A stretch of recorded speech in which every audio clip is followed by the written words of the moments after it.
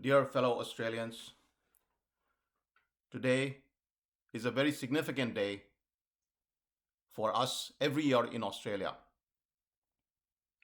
Since the morning today, I have been thinking about what this day represents and what exactly we are facing today and what we need to do.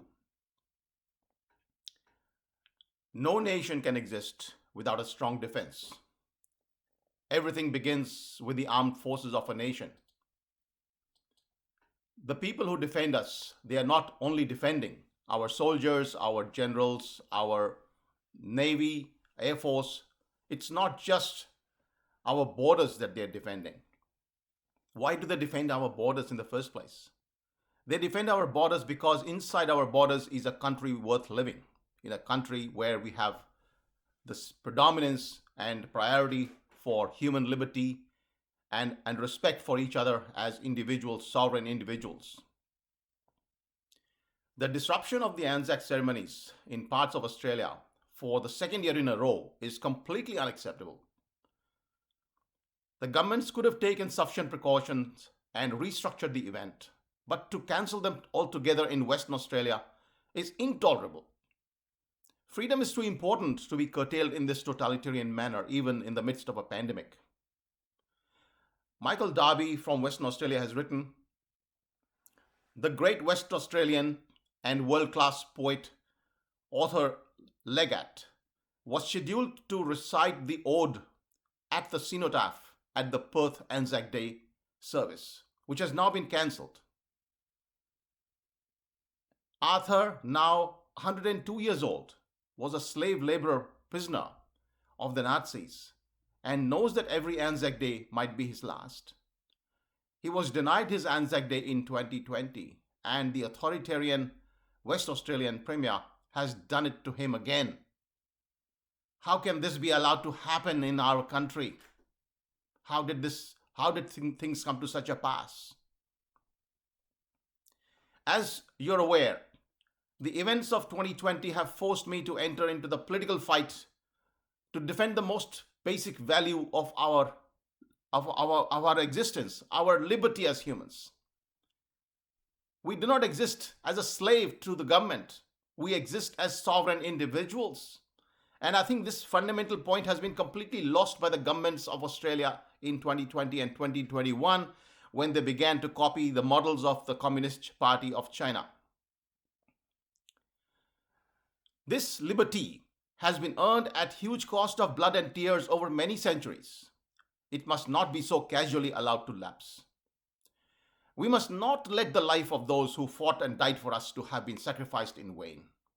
It would be a disaster if all the battles that we fought for the Western civilization, for liberty in the world, are sacrificed at the mere thought of a small little one or two cases of a pandemic. We must reject outright, the Australia of 2020 and 2021, in which false, and I repeat the word false, government propaganda has made people so afraid of their own life that many of them have seemed to have forgotten their basic humanity and reason. This must be rejected. The idea that we become so scared and we allow our fear to drive our thinking rather than respect for each other as individuals. And therefore, the curfews, the lockdowns, the requirements of mandatory masks outdoors, these are absolutely un-Australian. They go against the spirit of the ANZACs, apart from, of course, breaching all the possible laws of Australia. We must reaffirm today ourselves as a free people of a free nation, which is what I thought we are when I came to this country I think a bit more than 20 years ago. And of course, I studied here before that for a year as well.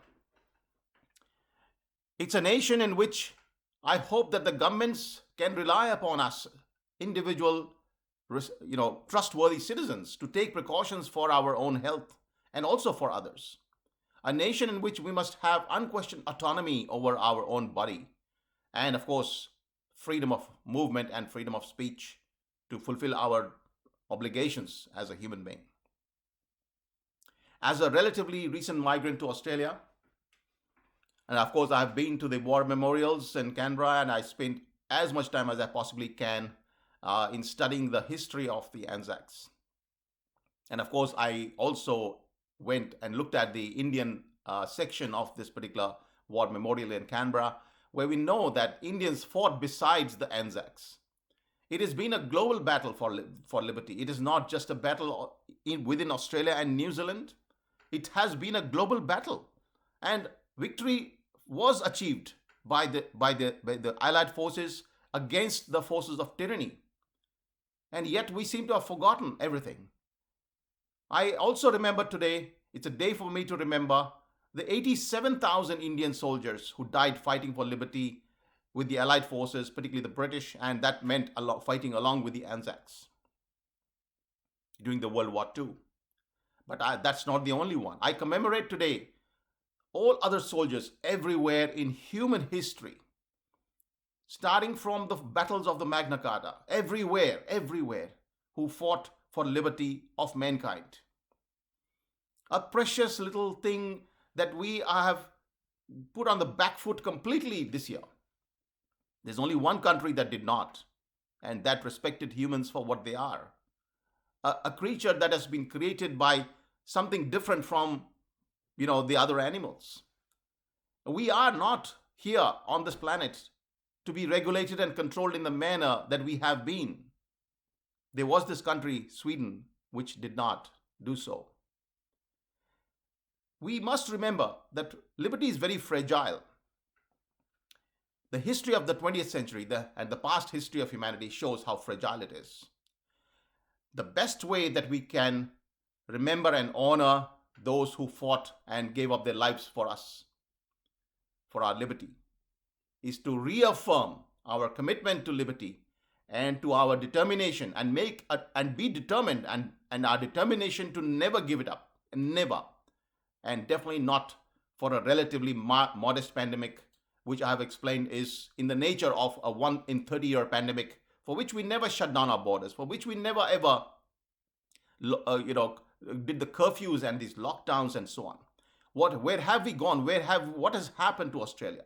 It is time today to remember the sacrifices made for our liberty and to actually reaffirm and to commit to doing the right thing. Thank you very much.